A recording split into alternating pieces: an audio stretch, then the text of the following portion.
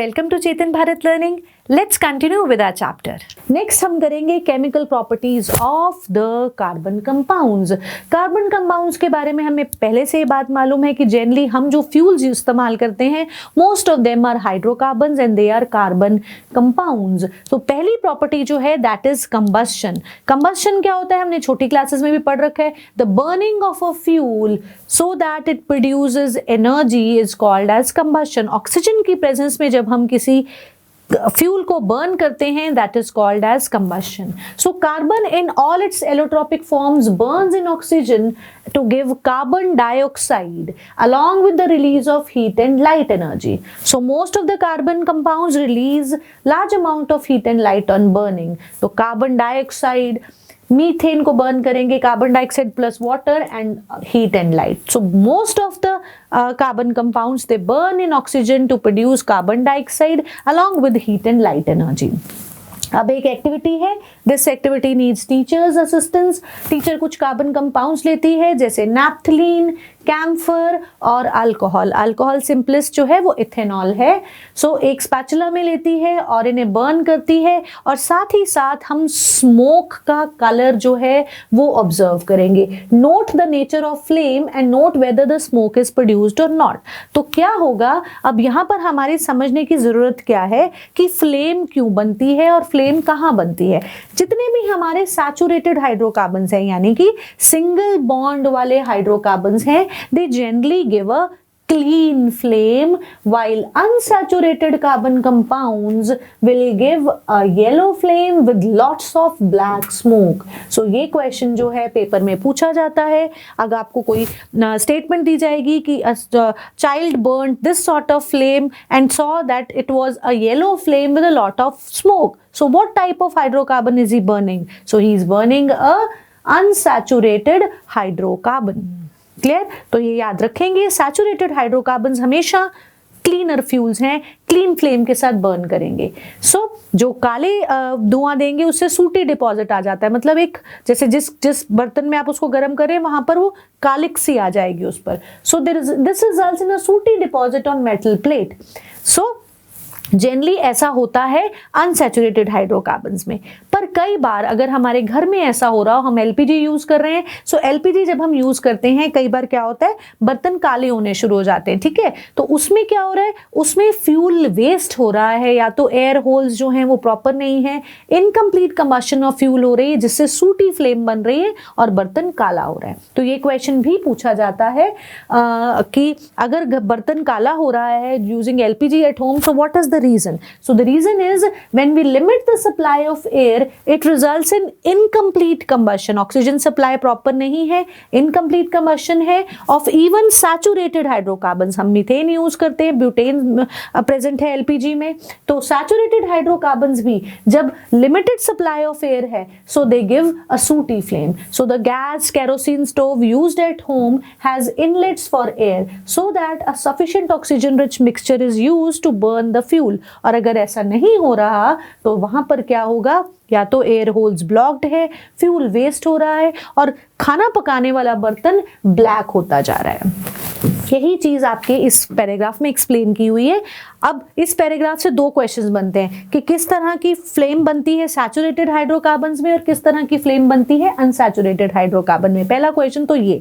दूसरा क्वेश्चन पूछता है कि when you are using LPG at home, you see that the cooking utensils, cooking vessels are turning black. So what is the reason? Reason might be the incomplete combustion of the fuel because the air holes are blocked and there is not sufficient supply of oxygen. So as a result, the fuels are not burning properly and there is blackening of vessels. ठीक, ये दो questions इस paragraph में से बनते हैं. चलिए हम आगे चलेंगे. नेक्स्ट है हमारे पास, अच्छा एक लाइन और आपके इस पैराग्राफ में दे रखी है. Fuels such as coal and petrol have some amount of nitrogen and sulphur in them.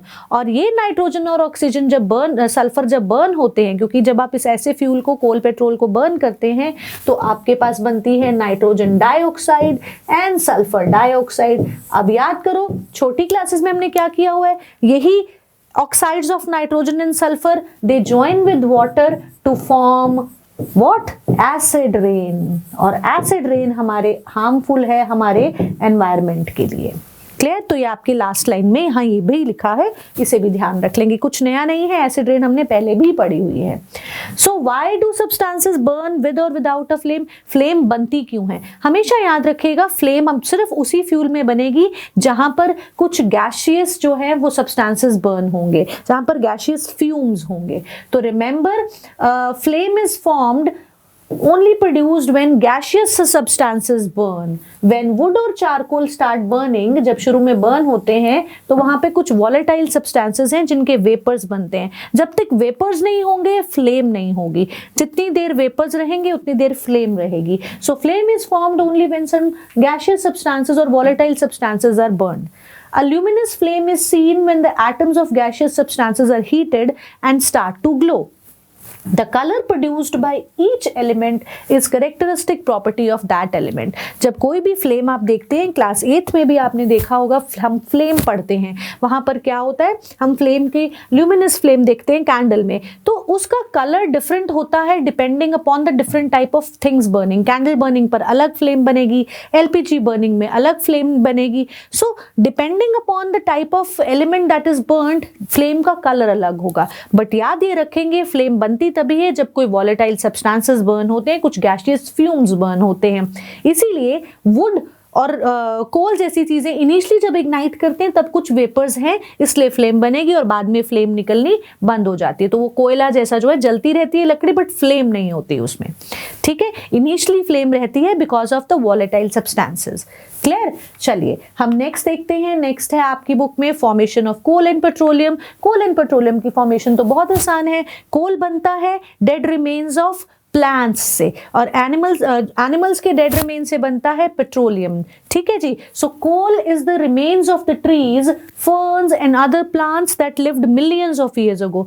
कई करोड़ों वर्षों पहले जो प्लांट्स थे वो किसी कैलेमिटी की वजह से, कोई अर्थक्वेक की वजह से या किसी और वजह से, जब वो प्लांट्स मर जाते हैं वोल्केनिक इरप्शंस की वजह से, they are crushed into the earth because of earthquakes and volcanoes, they were pressed down by layers of earth and rock. With the passage of time, समय बीतता गया, बहुत ज़्यादा प्रेशर की वजह से, बहुत ज़्यादा टेम्परेचर की वजह से ये स्लोली डिके होके किस में कन्वर्ट हो गए? कोल में। Likewise the animals are formed, they convert into oil and gas with the passage of time. So oil and gas are the remains of millions of tiny plants and animals that lived in the sea. When they died, their bodies sank to the seabed, seabed के अंदर चले गए, and they changed them into oil and gas under high pressure and high temperature. Meanwhile, the silt was slowly compressed into rock. Oil and gas seeped into the porous parts of the rock and got trapped like water in a sponge. So, इसीलिए कोल and petroleum को हम fossil fuels भी कहते हैं, क्योंकि fossil का मतलब है डेड रिमेन्स। तो कोल बनता है डेड रिमेन्स ऑफ प्लांट्स से, पेट्रोल बनता है dead remains of plants and animals that are buried deep inside the earth, ocean crust में जो बरी हो जाते हैं, और विद पैसेज ऑफ टाइम जो है, with pressure and temperature, they get converted into petrol. Clear? तो ये हमने छोटे होते भी इस चीजों को पढ़ा है। नेक्स्ट प्रॉपर्टी जो हम पढ़ने वाले हैं कंबशन के बाद, ऑक्सीडेशन। तो ऑक्सीडेशन जैसा बता ही रहा है, ऑक्सीडेशन मतलब ऑक्सीजन ऐड होना। ठीक। So carbon compounds can be easily oxidised on combustion. हमने बर्न किया किसी भी कार्बन कंपाउंड को, ठीक है जी, कार्बन में ऑक्सीजन ऐड करी, तो हमने एक्चुअली क्या कर दी है यहाँ पर? ऑक्सीडेशन। मीथेन लिया, उसको बर्न करा, तो मीथेन यानी कि यहाँ कार्बन किस में कन्वर्ट हो गया? कार्बन डाइऑक्साइड एंड वाटर में। तो again we have, this is again oxidation. ठीक। In addition to this complete oxidation, we have reactions in which alcohols are converted into acids. ये बहुत important reaction है, बहुत बार पूछा जाता है how can you convert an alcohol into an acid? तो याद रखेंगे, जब भी आप कोई अल्कोहल लेंगे and it is oxidised in the presence of certain catalyst. अब कैटलिस्ट क्या होता है? कैटलिस्ट एक ऐसा सब्सटेंस है जो कि रिएक्शन को फास्ट करता है बट खुद रिएक्शन में इन्वॉल्व नहीं होता। जैसे यहाँ पर क्या है,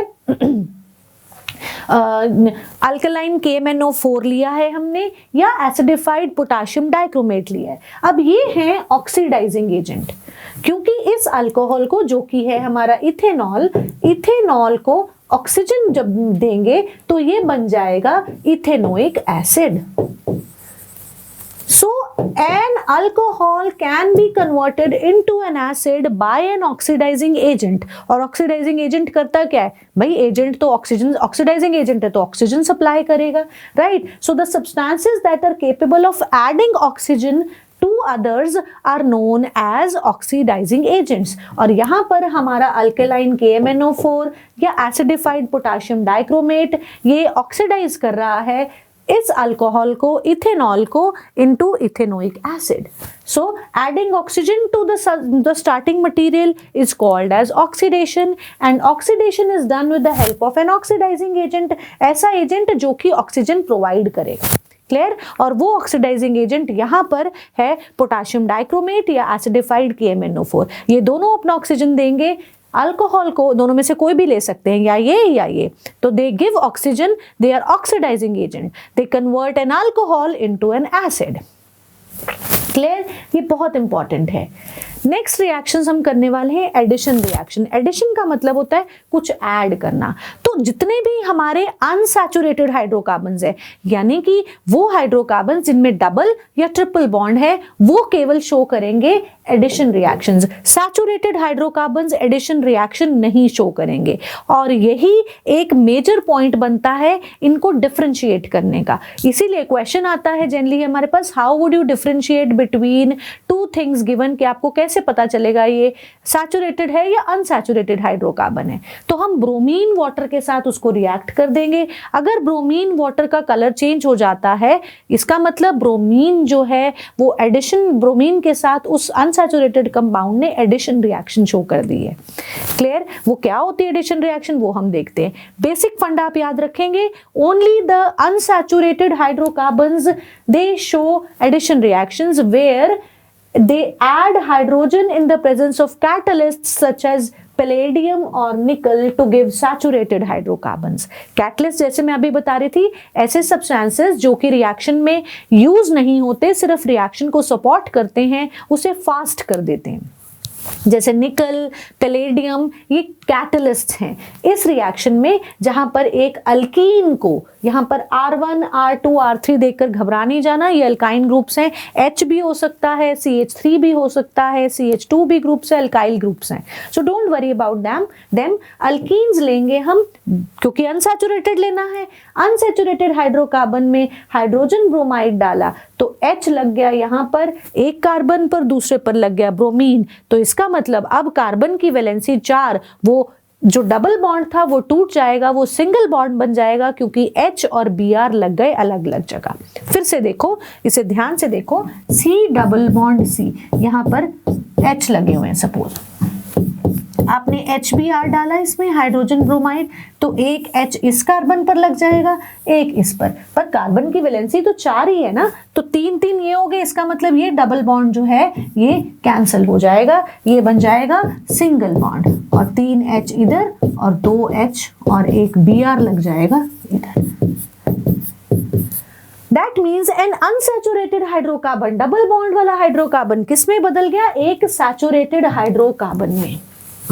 क्लियर जी? तो इस चीज को बहुत ध्यान से करेंगे। So this reaction is commonly used, बहुत इंपॉर्टेंट है। कमर्शियल इंपॉर्टेंस पूछी जाती है, what is the commercial importance of addition reaction? Hydrogen add की जाती है अनसैचुरेटेड कंपाउंड में, अनसैचुरेटेड हाइड्रोकार्बन को सैचुरेटेड बनाया जाता है, ये है हाइड्रोजनेशन। कमर्शियली कहाँ यूज होती है? वेजिटेबल ऑयल्स को हम जनरली कन्वर्ट करते हैं किसमें? हम वनस्पति घी में कन्वर्ट करते हैं। सो this reaction is generally used in the hydrogenation of vegetable oils using the nickel as catalyst. So vegetable oils are generally long unsaturated carbon chains, while animal fats या वनस्पति घी जब बना देते हैं they have saturated carbon atoms which is good for health. तो unsaturated नहीं good होंगे, इसलिए हम इसमें यहाँ पर क्या करेंगे, यहाँ पर जब हाइड्रोजन ऐड कर देते हैं वेजिटेबल ऑयल्स वनस्पति घी में कन्वर्ट हो जाते हैं, सैचुरेटेड फैट्स में कन्वर्ट हो जाते हैं। क्लियर? सो कमर्शियल इंपॉर्टेंस ये है। चलिए इसी चीज को एक्सप्लेन कर रखा है। Animal fats generally contain saturated fatty acids which are said to be harmful for health. So oils containing unsaturated fatty acids should be chosen for cooking. हमेशा अनसैचुरेटेड फैटी एसिड्स को ही हमें चुनना चाहिए कुकिंग के लिए, वो गुड होते हैं। सैचुरेटेड फैट्स जो है they result in the rise in level of bad cholesterol in our body. तो सैचुरेटेड को नहीं यूज करते हम। डबल बॉन्ड था, निकल कैटलिस्ट की प्रेजेंट में हाइड्रोजन एक्ट करा, हाइड्रोजन हाइड्रोजन जुड़ गया और ये डबल बॉन्ड बन गया सिंगल बॉन्ड। सो अनसैचुरेटेड को हमने किस में कन्वर्ट कर दिया, सैचुरेटेड में, and this is called as hydrogenation of oils. Clear जी? तो यूज करने चाहिए हमारे को हमेशा अनसैचुरेटेड फैटी एसिड्स। क्लियर? चलिए नेक्स्ट है सब्स्टिट्यूशन रिएक्शन। अब सब्स्टिट्यूशन का मतलब तो आप सबको पता है, जनरली जब स्कूल में कोई टीचर नहीं आती तो उसकी जगह कोई सब्स्टिट्यूशन पीरियड लग जाता है, कोई और मैम आ जाती है, ठीक? तो एक को हटाकर एक की जगह पर दूसरा, तो this is substitution. Substitution reaction जो है वो भी हमारे अनसैचुरेटेड कंपाउंड्स जो हैं वो शो करते हैं। बट हालांकि हमारे पास कुछ ऐसे सैचुरेटेड कंपाउंड्स हैं, मीथेन जैसे saturated hydrocarbons are mostly unreactive, but in the presence of sunlight, very important, saturated ज्यादातर तो अनरिएक्टिव होते हैं, बट सनलाइट की प्रेजेंस में क्लोरीन ऐड किया जा सकता है सैचुरेटेड हाइड्रोकार्बन्स में, which is a very fast reaction. So chlorine के साथ फटाफट मीथेन रिएक्ट करती है सनलाइट की प्रेजेंस में और एक एक करके सारे हाइड्रोजन्स को हटाकर खुद उनकी जगह ले लेती है। अब ये रिएक्शंस ना याद करनी बहुत आसान है। कैसे? CH4 + Cl2। बड़े ध्यान से देखना, रट्टा नहीं मारना, बहुत ही ध्यान से समझोगे ना आसान हो जाएगा। इसमें से एक HCl निकाल दो, H निकाल दिया, Cl निकाल दिया, क्या बच जाएगा? CH3 और एक Cl। This is methyl chloride.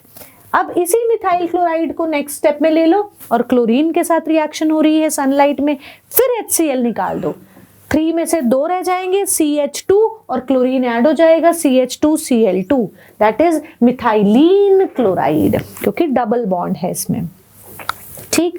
Next फिर CH2Cl2 को ले लो, उसके अंदर क्लोरीन ऐड कर दो, फिर HCl एक बाहर निकाल लो, तो अब क्या एक ही H रह जाएगा, CHCl3, दैट इज क्लोरोफॉर्म।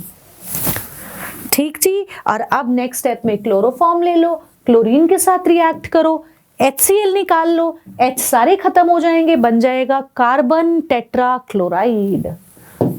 तो है ना आसान? Substitution reaction where hydrogens are substituted by the chlorine in the presence of sunlight, and this saturated hydrocarbon gets converted into this methane gets converted into carbon tetrachloride। Clear हो गया? चलिए next करेंगे हम। अब हमारे सिलेबस में ना 2 ही important carbon compounds हैं जो हमने इस साल पढ़ने हैं, वो हैं हमारे पास ethanol and acetic acid.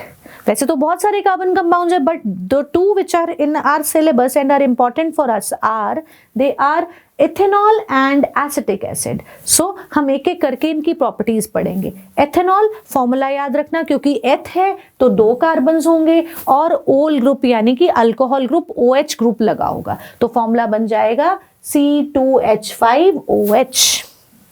Clear? 2 carbons और एक OH ग्रुप लगा हुआ है, एथेनॉल। ऐसे ही हमारे पास एसिटिक एसिड है, एसिटिक एसिड में अगेन रिमेंबर COH ग्रुप, इसके साथ एक CH3 लगा होगा,